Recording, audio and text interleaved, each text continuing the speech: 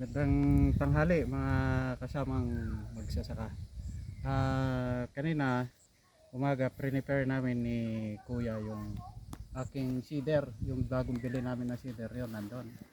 Paratak. So ang nangyari, pakilapit. Ang nangyari, ayaw lumabas kasi nga dahil dito mahaba na yung mga ano niya, mga stem, I mean mga ugat. So hindi lalabas talaga kasi nga dapat hiwa-hiwalay pa siya.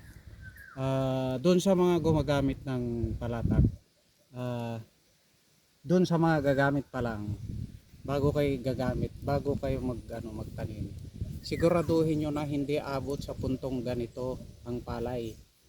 Kasi dapat maayos ang pagtanim. Ngayon ang nangyari tuloy sa buwag.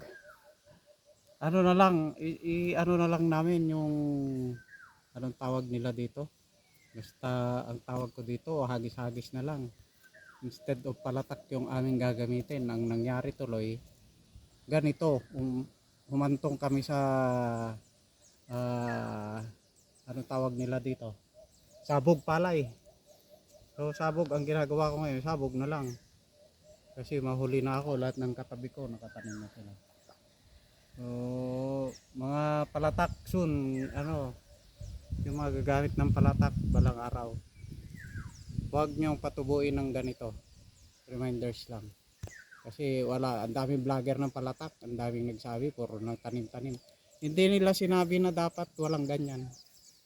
Ayos, magsabog na ako. So, ito ang nangyari. Ganito, oh. Oh, wala na yung hila-hila. Sige, hanggang sa muli mga kaibigan.